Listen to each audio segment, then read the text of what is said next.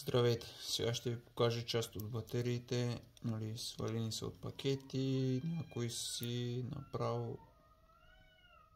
Това е за боклук, нали, волтажа е окей, има го, но милиомите са високи.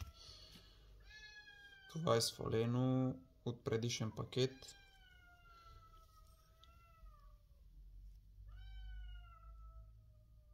Нали, 23 милиома.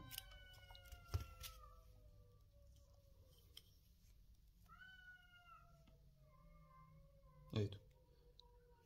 Виждате ли клетките? Имат волтаж, но самото съпротивление е високо. В момента работя с тези батерии аз. Нали, на EV. Ето съпротивлението колко е. 14 милиома. Това са тествани батерии, докарани от мен лично от Франция.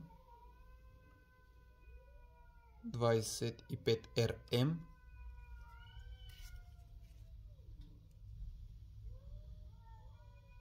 Виждате ли? 13 милиона. Батерия 21740 40T. Те са с по-малко съпротивление.